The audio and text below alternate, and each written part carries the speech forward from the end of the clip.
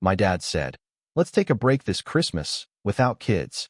I understood, until I saw photos of their house full of people, including the nephews of my sister's new boyfriend. I just took a photo of the $11,500 gift and sent it to my dad with a note. "I don't think you need it anymore." 30 minutes later, my dad knocked on my door panicking. I, 32M, stared at my phone screen, at the photo my aunt had just posted to Facebook. The caption read something cheerful about family gatherings and holiday blessings, but I barely registered the words. What captured my attention was the house in the background, my parents' house, decorated for Christmas in a way I'd never seen before. Lights everywhere, a massive tree visible through the window, and people.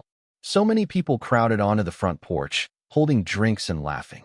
My chest tightened as I zoomed in on the faces. There was my sister, arm wrapped around some guy I'd never met. There were his parents, apparently, and 3 young boys who had to be his nephews, judging by the family resemblance. They were all wearing matching Christmas sweaters. 6 weeks earlier, my dad had called with what he presented as difficult news. He said that he and Mom needed a break this year. The holidays had become too stressful, too exhausting. They wanted a quiet Christmas, just the 2 of them. No kids, no grandkids, no chaos. He asked if I understood, his voice heavy with what seemed like genuine regret. I told him I understood completely. My wife had been disappointed.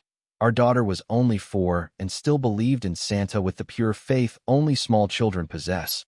But I explained that my parents deserved rest after hosting every holiday for 30 years. We made other plans. I booked a cabin in the mountains for the 3 of us. It cost me a decent amount, but I wanted to make it special since we wouldn't have the traditional family gathering. My sister had called 2 days after Dad's announcement. She asked if I'd heard the news about Christmas. I said I had, and that I was fine with it. She seemed surprised by my acceptance, almost disappointed that I wasn't upset. She said something about how it was probably for the best anyway, given how exhausting the holidays could be. Her tone struck me as odd, but I dismissed it. Now, looking at that photo, I felt something cold settle in my stomach. This wasn't a quiet Christmas with just my parents. This was a full house, packed with people I'd never met. My sister's new boyfriend's entire extended family had apparently been deemed worthy of the holiday. My parents were too exhausted to share with their own son and granddaughter. I scrolled through my aunt's other recent posts. There were more photos from earlier in the day. One showed the dining room table, expanded to its full length and covered with elaborate place settings. Another captured my mother laughing with the boyfriend's mother, both of them wearing aprons. A third showed my father teaching one of the nephews how to carve a turkey. My phone buzzed with a text from my wife, asking if I'd remembered to pack our daughter's stuffed rabbit. We were supposed to leave for the cabin in an hour. I set the phone down and walked to my office, my mind spinning.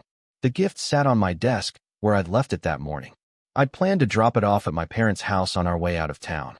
It was a vintage watch, a 1960s Omega Seamaster in pristine condition. My father had mentioned wanting one just like it decades ago, back when he was young and couldn't afford such luxuries. I'd spent months tracking down the perfect specimen, authenticating it, having it serviced.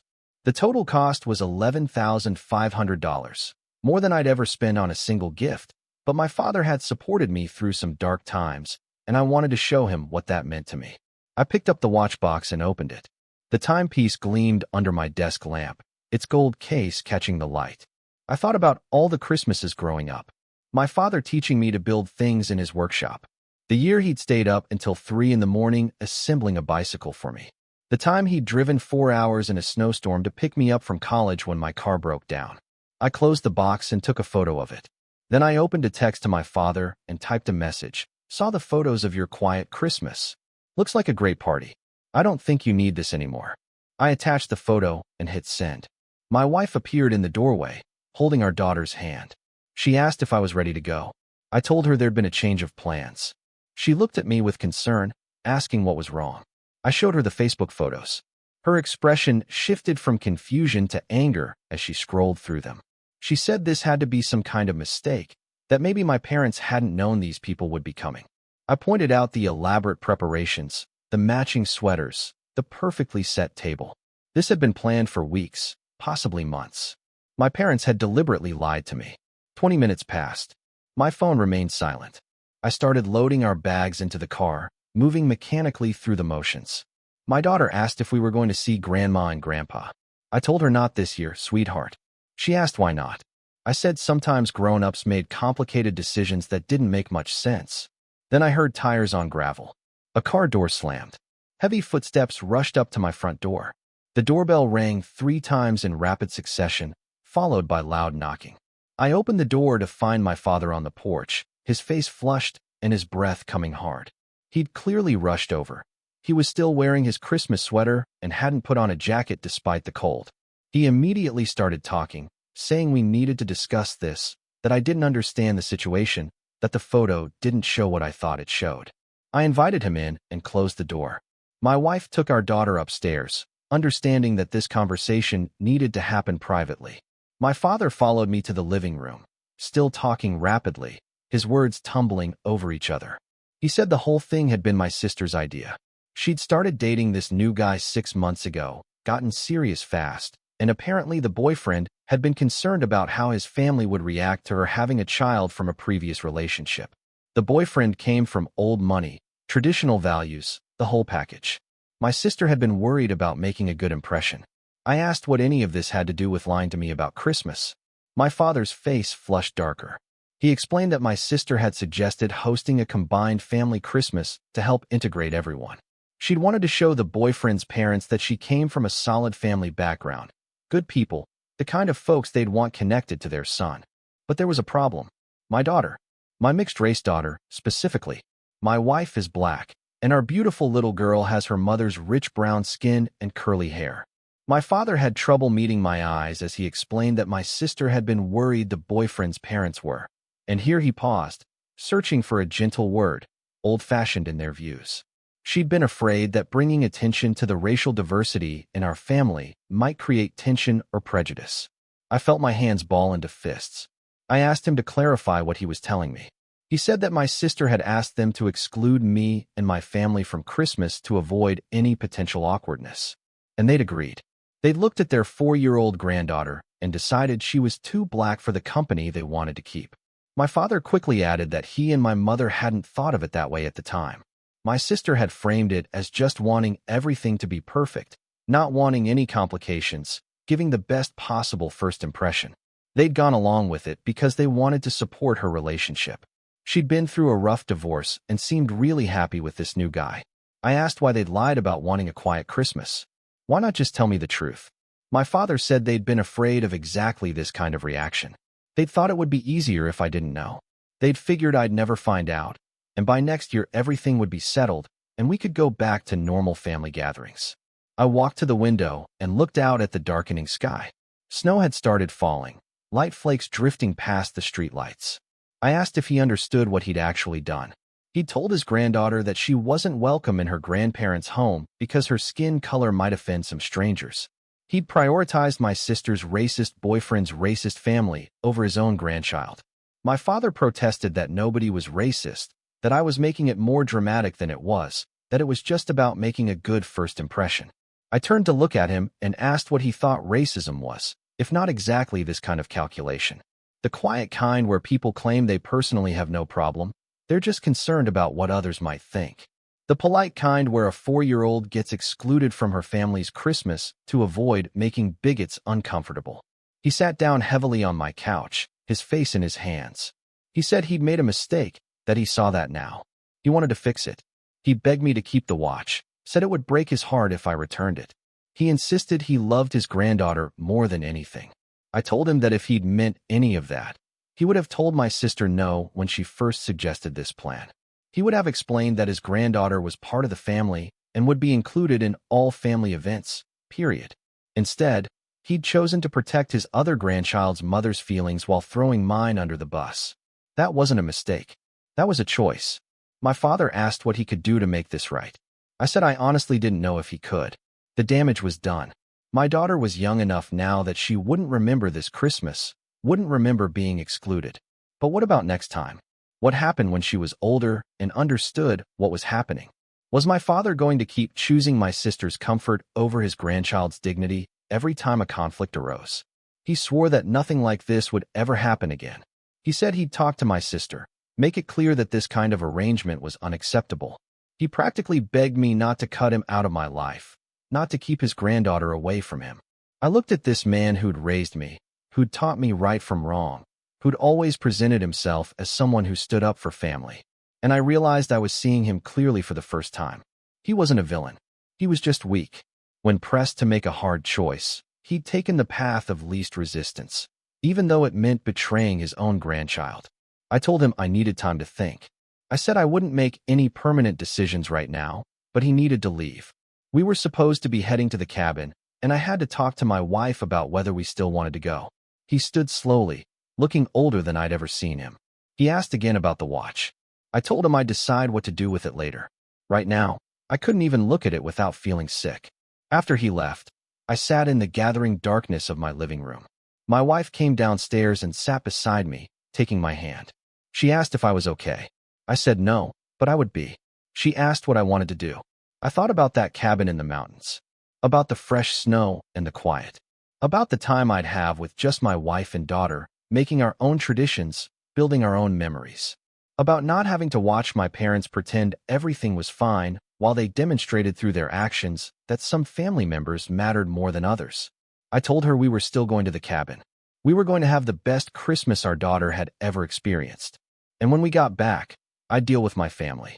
But for now, I wanted to focus on the family I'd chosen, the family I'd built, the family that would never exclude anyone because of what they looked like. We loaded into the car as the snow fell harder. My daughter chattered excitedly from her car seat about the cabin and Santa and whether we'd see reindeer. My wife squeezed my hand across the center console. And as we drove away from the house, away from the complication and the hurt, I felt something loosen in my chest. The watch sat in my office, still in its box. I'd deal with it eventually. Maybe I'd sell it. Maybe I'd donate it. Maybe I'd give it to my father anyway, years from now, if he ever actually proved he understood what he'd done wrong. But tonight, it didn't matter. Update 1. We spent a week at the cabin. My wife and I talked a lot during nap time and after our daughter went to bed. She admitted she'd always felt a subtle distance from my family, little moments where she felt like she was being assessed or judged.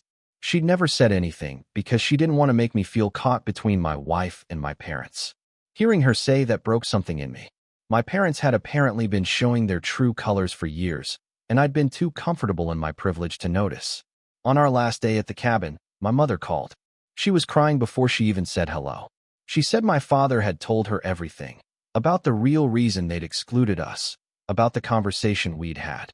She'd apparently been kept somewhat in the dark herself. My sister had sold her a softer version of the plan, implying I was too stressed at work to handle hosting duties and would appreciate a break. My mother swore she never would have agreed if she'd known the real reasoning.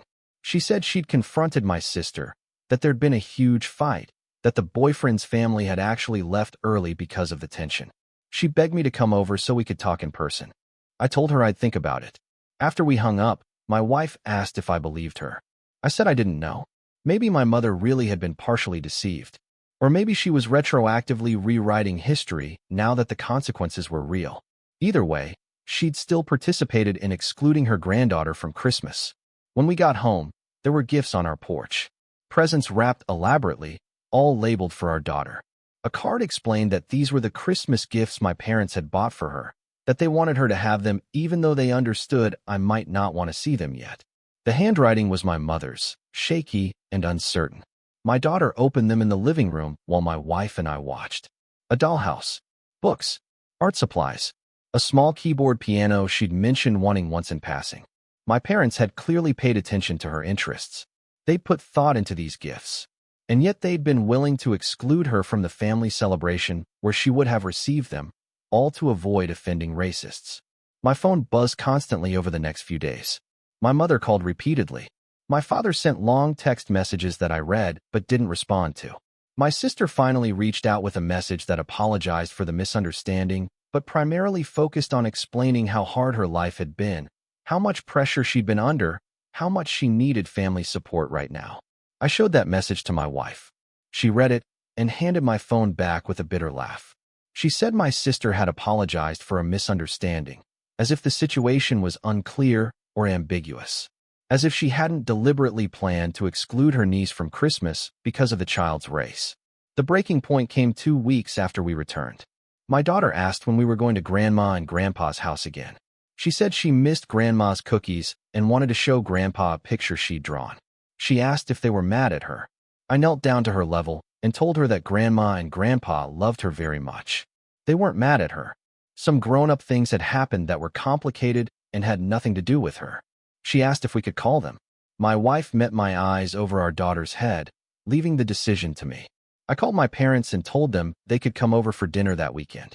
Just them, not my sister. I had some conditions we needed to discuss before I'd consider returning to any kind of normal relationship. They arrived promptly, bearing more gifts despite my request that they not bring anything. My daughter squealed with delight and threw herself at my mother, who caught her and held on like she was drowning. My father's eyes were wet as he watched them. After dinner, after our daughter went to play in her room, we sat down in the living room. I laid out my terms. First, they needed to acknowledge, out loud and without qualification, that what they'd done was wrong. Not a mistake. Not a misunderstanding. Wrong. Racially discriminatory. Harmful to their granddaughter even if she was too young to understand it. My mother spoke first. She said she'd spent the past 2 weeks barely sleeping, replaying every interaction she'd had with my wife over the years. She'd started seeing the pattern I'd missed, the way she'd made little comments about my wife's hair, her clothes, her family traditions. Nothing overtly racist, just a steady stream of microaggressions that communicated that my wife wasn't quite acceptable as she was. My mother apologized to my wife directly, tears streaming down her face. My father was quieter. He said he'd been raised in a time and place where people claimed to not see color, and he'd thought that was the right approach. He'd thought that by not openly acknowledging race, he was being progressive. He understood now that his silence had been its own form of complicity. He said he was ashamed of himself, and that he'd spend the rest of his life trying to do better. Second condition, they needed to tell my sister that she and her boyfriend were not welcome at family gatherings until she apologized and demonstrated actual understanding of what she'd done. My parents looked at each other. My mother started to say something about how my sister was struggling, but my father cut her off. He said they'd already had this conversation with my sister, that she was furious with them for choosing my side, but that their decision was final. Third condition, they needed to actively educate themselves about race, about raising mixed-race grandchildren, about supporting interracial families. I provided a reading list. I told them I expected them to actually read these books, to think about them, to talk about what they learned. This wasn't optional if they wanted to be part of our lives. My mother nodded immediately. My father asked if I was serious about the reading list. I told him I'd never been more serious about anything. He pulled out his phone and asked me to email him the list. Final condition, they needed to understand that trust, once broken, took a long time to rebuild. I wasn't going to pretend everything was fine. There would be no rug sweeping, no moving on without dealing with the issue. They'd have to earn their way back into our lives through consistent action over time. My father asked about the watch. I'd returned it to its case on my desk, still unopened. I told him I'd think about it. Maybe I'd give it to him eventually. Maybe not. Right now, it represented a relationship that had been built on certain assumptions, and those assumptions had been shattered. We were starting over, building something new. The watch was part of the old relationship. My mother asked if we'd come to their house for Easter. I said maybe. We'd see how the next few months went. My wife added that if we did come, and if my sister was there, we'd leave immediately. No drama, no scene. We'd just take our daughter and go. My parents needed to understand that protecting our child from their other child's racism was non-negotiable. They stayed for another hour, playing with their granddaughter, tentatively rebuilding connection. When they left, my father hugged me tightly and thanked me for giving them another chance. I didn't tell him he was welcome. I just told him not to waste it. Update 2. 3 months have passed. My parents have shown up in ways I didn't expect. My mother calls once a week, never pushing for more than I'm willing to give, but consistently present. She asks about our daughter's preschool, remembers the names of her teachers and friends, sends cards for no reason. My father finished 2 books from the reading list and asked if we could discuss them. We met for coffee, just the 2 of us, and talked for 3 hours. He was genuinely engaging with the material, asking hard questions about his own assumptions and behaviors. My sister sent me one more message, accusing me of breaking up the family over nothing. She said I was being oversensitive and playing the race card. She said her boyfriend's family hadn't even been racist, that I was projecting my own issues onto innocent people. I blocked her number after that. My mother told me later that my sister and the boyfriend broke up. Apparently, his parents had been uncomfortable with her having a child from a previous relationship after all, not because of anything racial, just because they wanted their son's first marriage to be a fresh start. The irony wasn't lost on any of us. My sister had burned her relationship with me to impress people who'd ended up rejecting her anyway for completely different reasons. My mother asked if I'd consider talking to my sister now that she'd experienced her own rejection. I said no. My sister hadn't learned anything from this situation. She still thought she'd done nothing wrong, that I was the problem, that she'd been the victim of circumstances beyond her control. Until she could acknowledge what she'd actually done, there was nothing to discuss. Last week, my parents came over for dinner. My daughter showed Grandpa her latest drawings, and he studied each one seriously, asking questions about her color choices and the stories behind the pictures. My mother helped her bake cookies, and I watched them together in the kitchen, my mother being careful not to hover or take over, letting my daughter lead. After my daughter went to bed, my father asked if he could talk to me privately. We went to my office. He saw the watch case on the shelf where I'd left it. He didn't mention it. Instead, he handed me an envelope. Inside was a check made out to a national organization that supports multiracial families and combats racism. The amount was $11,500. My father said he'd been thinking about the watch, about what it represented. He said he didn't deserve such a gift, not yet. Maybe not ever. But he wanted to do something meaningful with the money I'd spent. He'd made a donation in my daughter's name. I looked at the receipt stapled to the check. He'd already sent the money. This wasn't a grand gesture to win points. He'd done it quietly and just wanted me to know. I asked if my mother knew. He said yes, that it had been her idea actually. She'd said that if they wanted to be the kind of grandparents my daughter deserved, they needed to fight for the kind of world she deserved. I still have the watch. I probably won't give it to my father, but I'm starting to think I might keep it as a reminder. Not of the betrayal, but of what came after, of the hard work it takes to rebuild trust, of the fact that people can change if they're willing to do the uncomfortable work of examining themselves honestly. My wife says she sees the change in my parents. She's not ready to fully trust them yet, but she's willing to keep giving them chances. We agreed that we'll go to their house for Easter. If my sister shows up, we'll leave. But my mother promised that won't happen.